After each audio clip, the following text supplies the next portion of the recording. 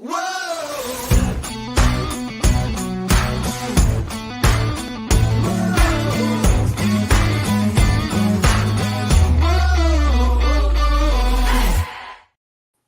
to the What's Our Verdict podcast, where we fashion ourselves television judge and jury.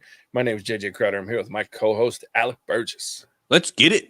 We appreciate you tuning in live. We are live, and this is exciting. We haven't been live in a long while. I almost forgot my lines. I was really nervous. My palms are sweaty. My knees weak. Mom spaghetti. Spaghetti. That's why I'm wearing my red shirt. No.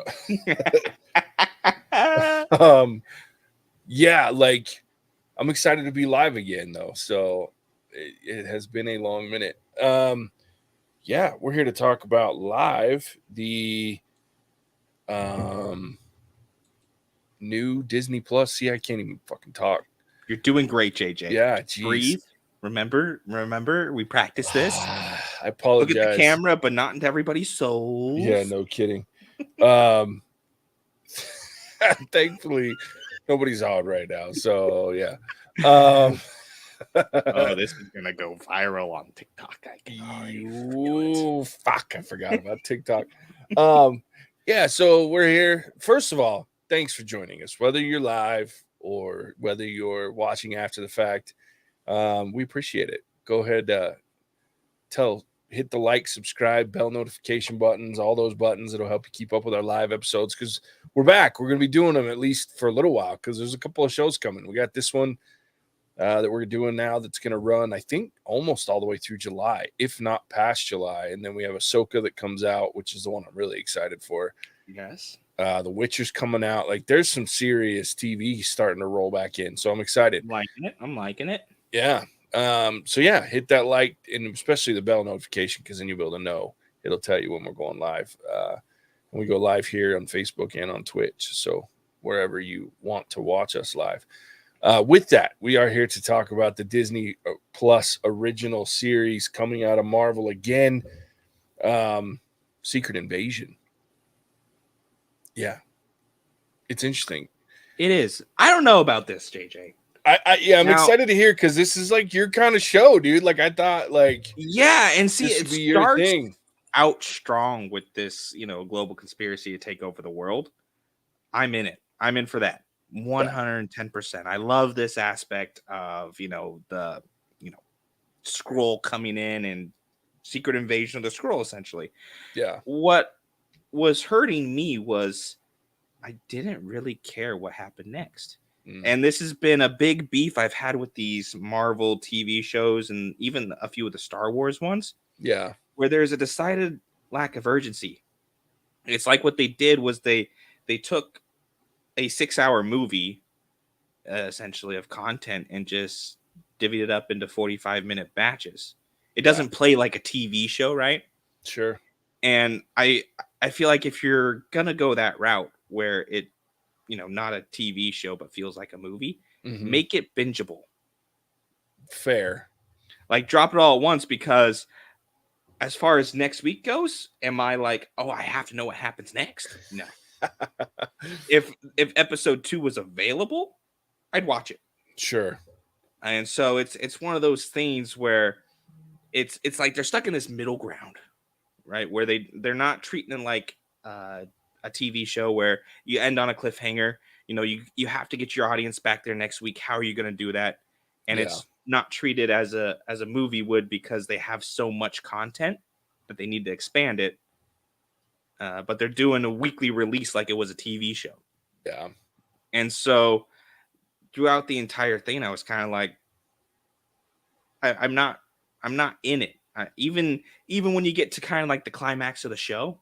Yeah. I was like, okay, I mean, it ended well. It was nice. It got you in a heart-wrenching moment, but at the same time, I was like, you know what? I mean, if this was a pilot and I never saw another episode, I'd be fine with it. Fair enough.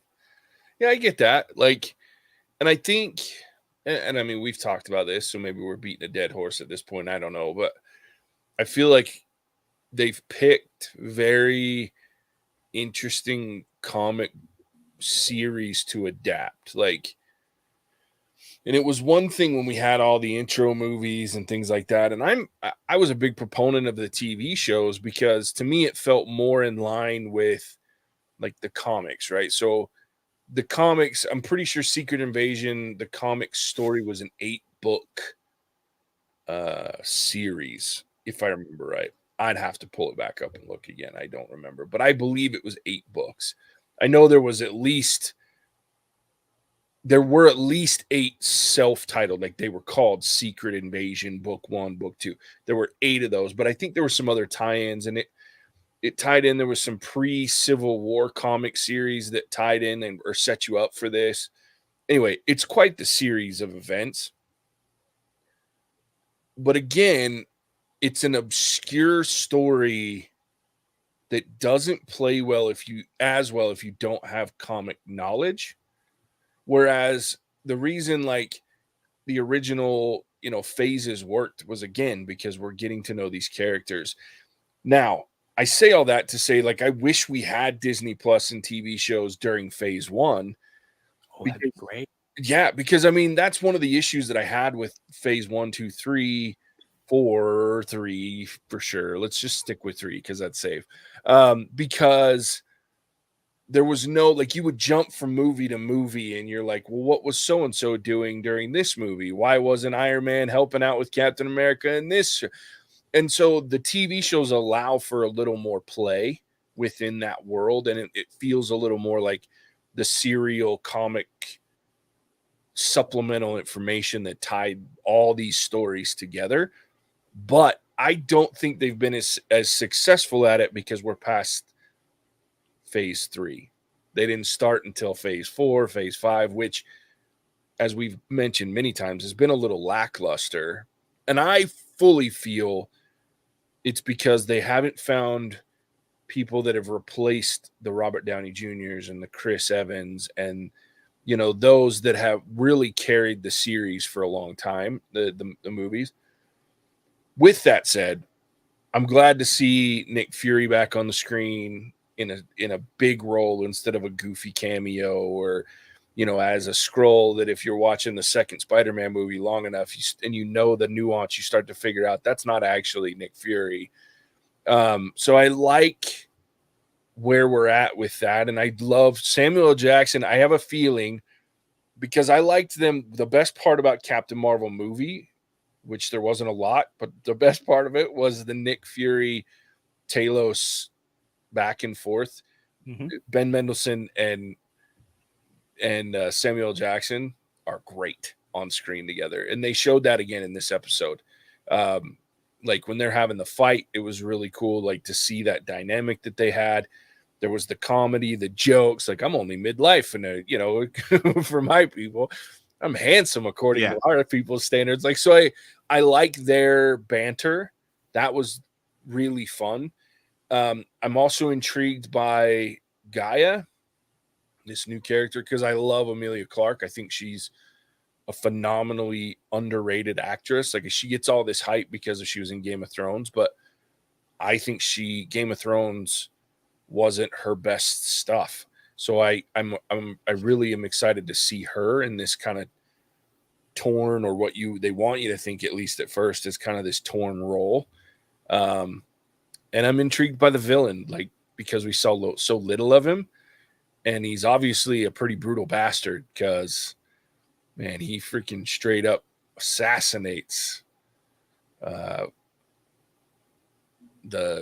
can't think of her name now because I'm Hill, Agent Hill. Yeah, just straight murked her in the middle of the road with her thinking it was Fury that did it. Yeah, it was rough. So I'm enjoying it, but I definitely understand where you're coming from. Like, I think they've missed so much now that it's hard to like give them the benefit of the doubt in these situations where this is something, if they had made this show 6 years ago, 10 years ago, I'm like losing my shit right now, right? Because it's this gritty, dark thriller, spy thriller that I'm like, this is cool. And it played pretty heavy. Like it wasn't like a lighthearted Miss Marvel TV show or a goofy at times like Hawkeye. This was pretty dark. And there wasn't like there was some good banter, but it wasn't a lot of jokes. Like there was some heavy content, like the PTSD and the situation that Fury is obviously going through because of the blip. And I'm sure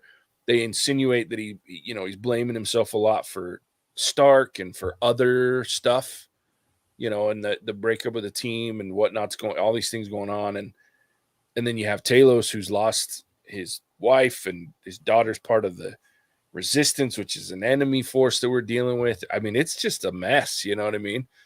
So I'm liking that if I can look at it and I'm trying to watch it in a vacuum, kind of in my, you know what I mean? Like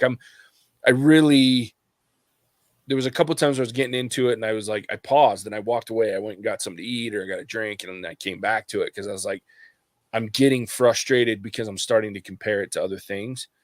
And so I had to walk away from it. And now, so my focus throughout this series, and thankfully it's only 6 episodes instead of the 9 that we got on freaking She-Hulk. So I'm gonna attempt to watch this in a vacuum or in a bubble where I'm gonna pretend I haven't watched a lot of Marvel TV shows, and like this is kind of their new reset for me, I hope, because I really want this show to be successful, because I think it can be if they continue the intrigue and the heavy. But I'm with you. I wish it was bingeable for sure.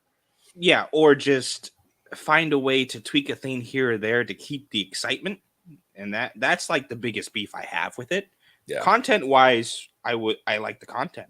Yeah. I mean, it left me with enough questions where I was like, oh, well, does that make sense? What's this? What's that? But it also didn't go so deep into the lore that I couldn't figure out the overarching story. Right? Me being the resident, not a comic book nerd. Sure. But I did have a question with the scroll. Yeah. So we see, at one point in the episode where they're essentially taking over human bodies and minds, right? They take someone's face and then they take their mind or whatever it is. I don't know what kind of little pod they had that allowed them to do this, but they had something going for them, right? Yeah. So in order to take someone's face, do they just have to see them? Yes. Okay. So, because I was confused when later on we see the leader of the resistance, Gravik, whatever, he shows up as Fury to kill Agent Hill. I was like, oh, wait, like, you just have to see the face? Or I thought you had to be, like, close enough to be within their vicinity to get it. But if they're able to do it just that, then there goes my question. Yeah.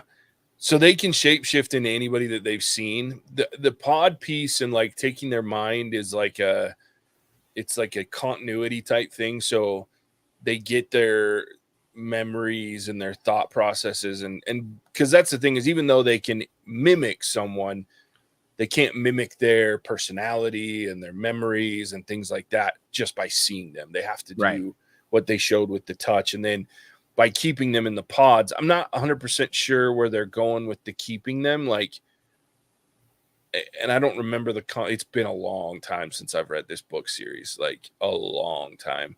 So I don't remember if there's like, if they keep the pods around just to make sure that nobody sees them versus killing them. I don't remember why it is or what what purpose beyond taking over their life takes. But even like Gaia mentions early on when that one kid shows up to their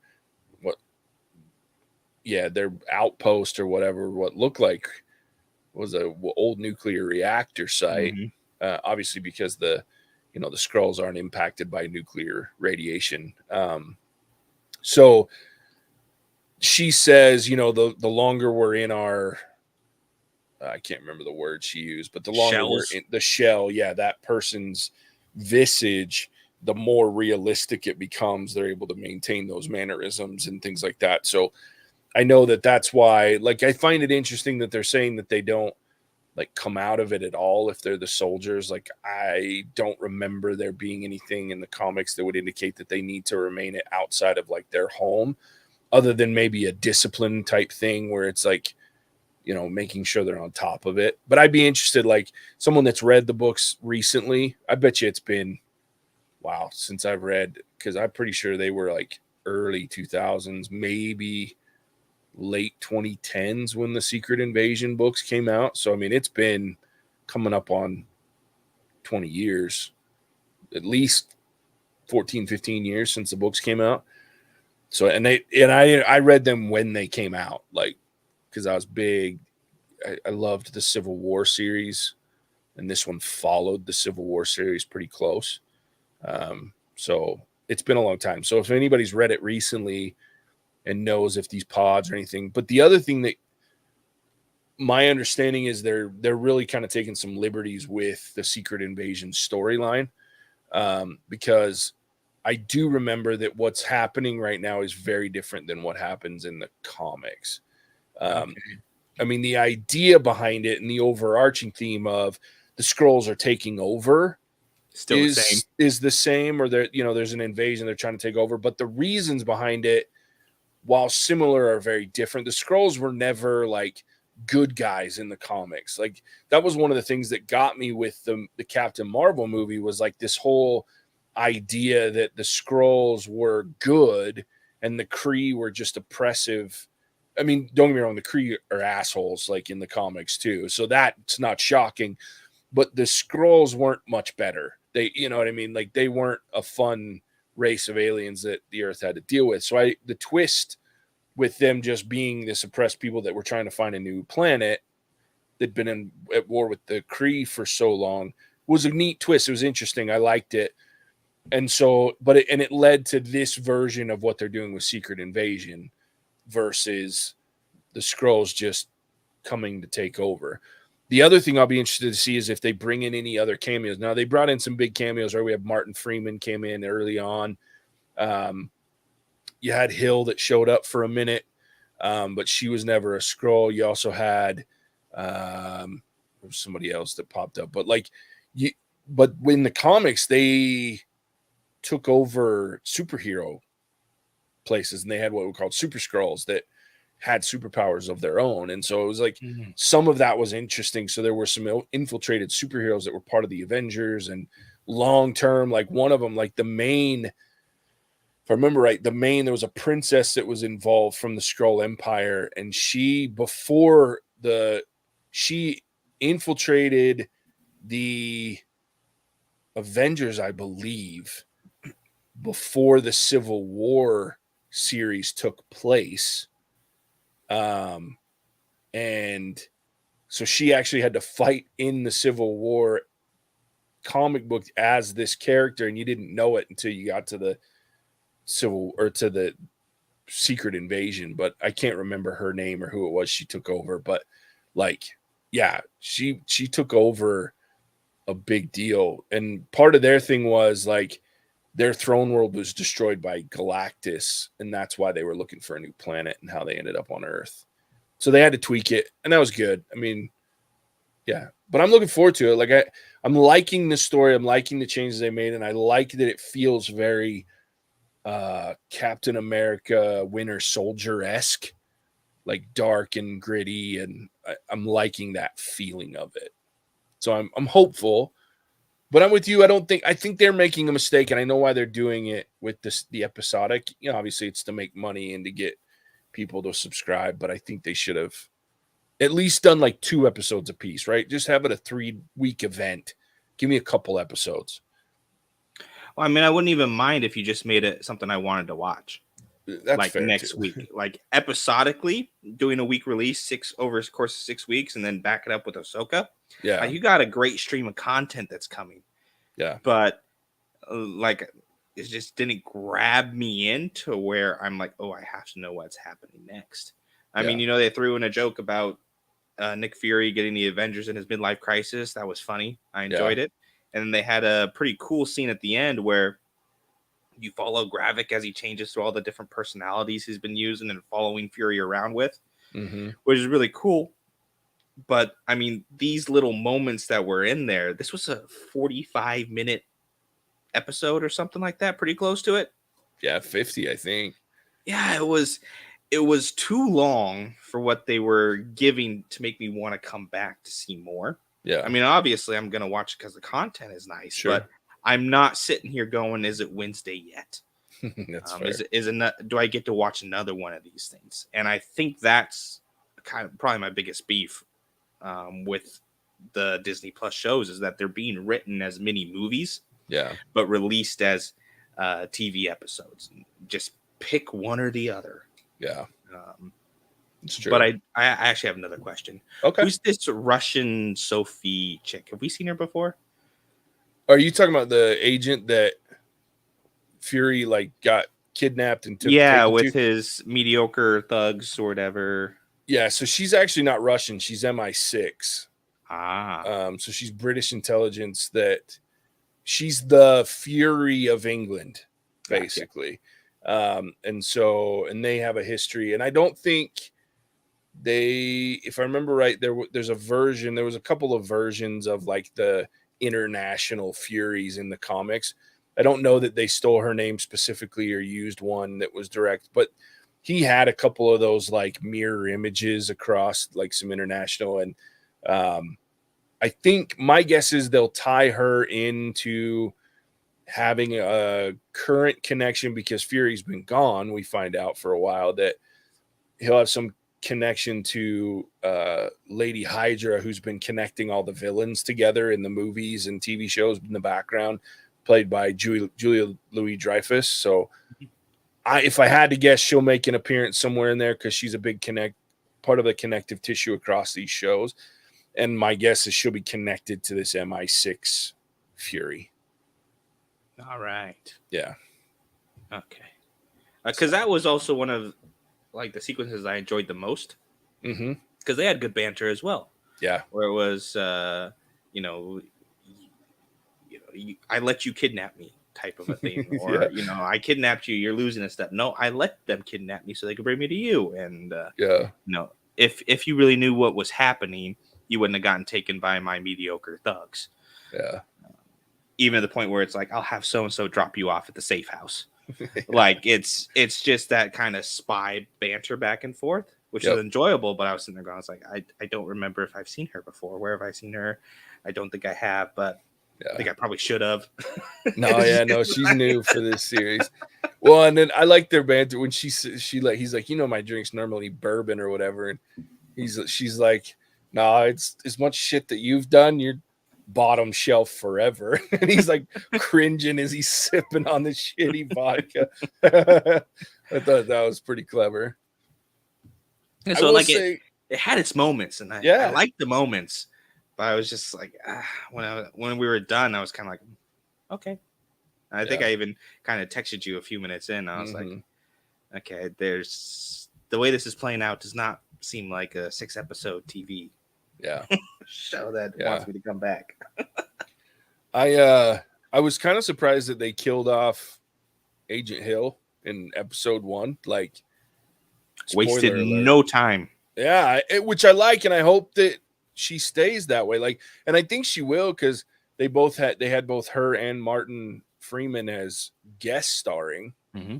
So, and I know that there's not really a big place for that character outside of the like TV, like this show anymore, like where we've seen her. Like, she hasn't played well. She was great in Winter Soldier, but that was the last time we saw her as like a big player. So it works because we're kind of emotionally tied to her from the first few phases, especially the original Avengers and then the continuation. So yeah, it had some impact, and it's really going to mess up Fury even more, I think. Like, because if you think he's already blaming himself for the Avenger issues and and Tony Stark, what's he going to do with Hill? I mean, yeah, we'll see. I hope they don't bring her back though. Like, I liked that. They put some real weight to this villain and where he's willing to go and what he's willing to do to get at Fury and have their planet. So, yeah, sweet. I think that's it for this episode. Yeah, unless you have other questions. No, okay. Yeah, I'm looking forward to it. I think what I am looking forward to is the fact that it's far enough away from the comic book series that the parts that I remember, that I think it's kind of like a new story within a very comfort zone arena for, Marvel's Secret Invasion. And so I'm excited. Hopefully it'll ramp up a little bit and I'll get even more, jacked for it. Cause that's how I know it's a good show. Like when it's episodic like this and we get to the end and I'm like, God bless it. Yeah. I want more. Yeah. Oh, we got a comment here. Big Ski 98. It's a great point, though. Nice Browns logo, dude. Go Browns. Love the Brownies. I just want one Avenger to have been a Skrull. I agree. I think that really would add some weight to, what we're doing here, especially considering in the comics that was a thing. Like there were some pretty major Spider-Woman. That's who the main Empress from the Skrull Empire. She impersonating Spider-Woman. Okay. So like Falcon or something would be cool. Like I think Falcon would be tough just because I don't know. It depends on, I'm with you, Big Ski. I think that'd be great. It would certainly add a new dynamic to like the Captain America 4 movie that's getting ready to come. And the fact that we had the Winter Soldier and Falcon and the Winter Soldier show, like when did that all, like when would he have gotten replaced? So, I mean, that's definitely an interesting take with Falcon, I could see. With Don Cheadle, is there a chance that they might do something with him as well? Because that was one of the things that I thought when he first showed up on screen. Yeah. Because the White House plays such a thing in the intro. Yep. They have that in there. I was wondering, maybe they're going to make Don Cheadle a Skrull. I'm wondering if Dermot Mulroney, the president, isn't one. Dermot Mulroney's a big character big actor to bring in to not have some heavy impact in the show. The only reason I'm leaning away from Rhodey is very similar to the Falcon, is because they've got the Armor Wars show / movie, whichever one they decide to go with. I think they moved it to a movie now, but the Armor Wars coming out, which he's going to be the lead in.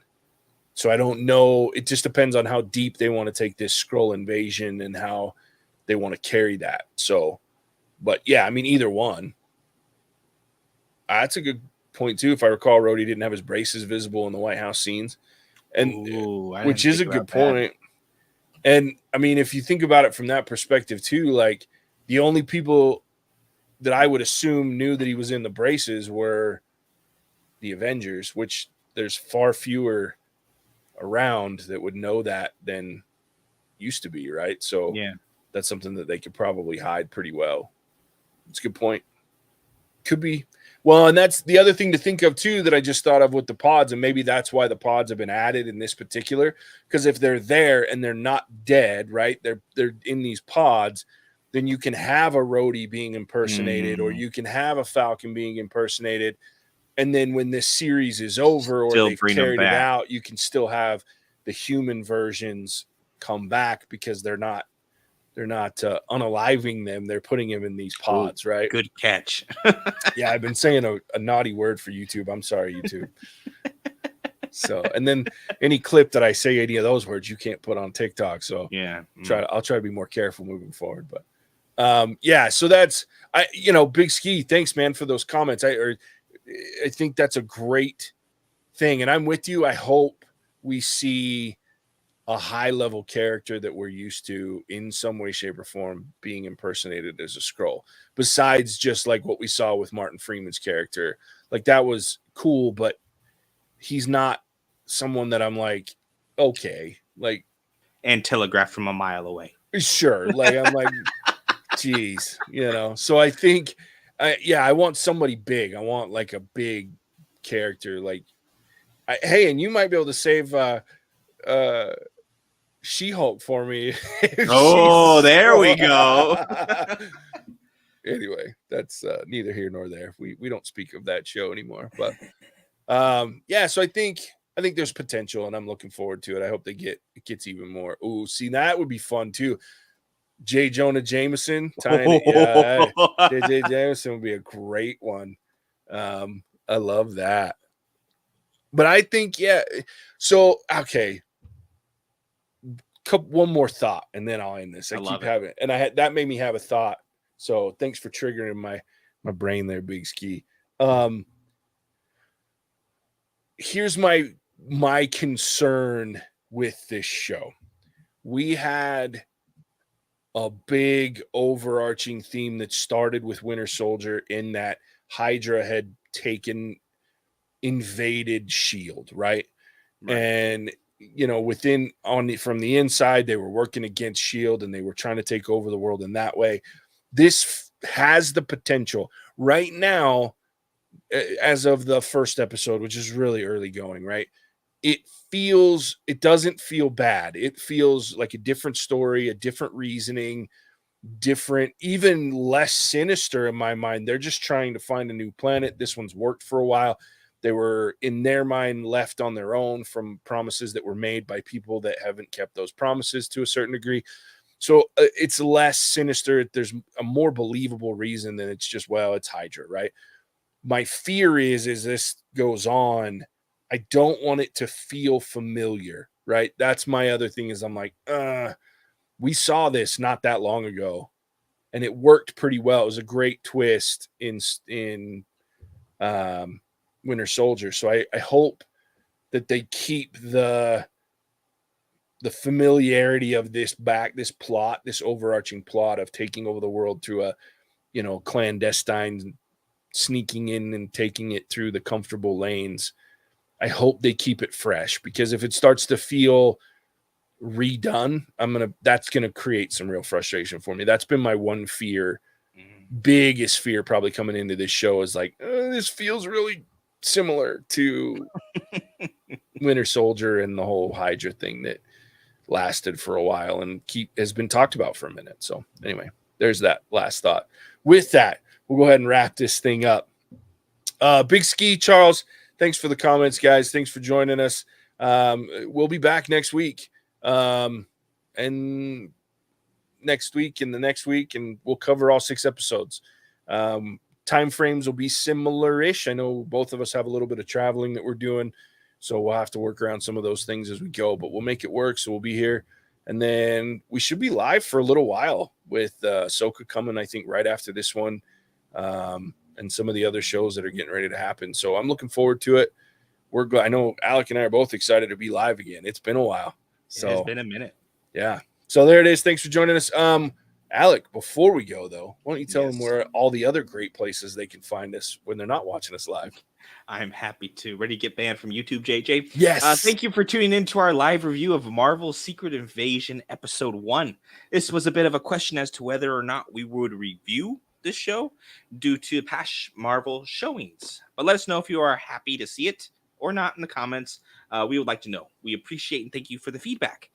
Speaking of thank yous, a special thank you to our lovely patron, Billy Mitchell's Joystick. I like to change, but hate that you made me say that out loud. For exclusive episodes and behind-the-scenes content, join us and Billy Mitchell's Joystick on Patreon, where JJ will Billy Mitchell your joystick. Not degenerate enough for the Patreon? That's fine. Our regular episodes are all available where you get your podcasts: Stitcher, Ghana, Apple Podcasts, and even YouTube. With that, I will kick it back to the mauling mastodon, the Titan of Terror, JJ. That's right. Thanks, Alec. Yeah, it's a good time to join up on the Patreon. We just, speaking of Billy Mitchell, we just talked about the King of Kong. So if you want to hear some very funny much content, drama. Yeah. Oh my goodness. Go join the Patreon. It's not, we don't even charge a lot. We got a couple of different levels that you can get some fun stuff, and we let you see a lot, even though but then you get some more involvement and being part of it with the higher levels. So yeah, love it. All right. Well, with that, as always, we appreciate you tuning in. We'll catch you on the next one. Hasta la vista, baby. Cinemagic Cow. Whoa!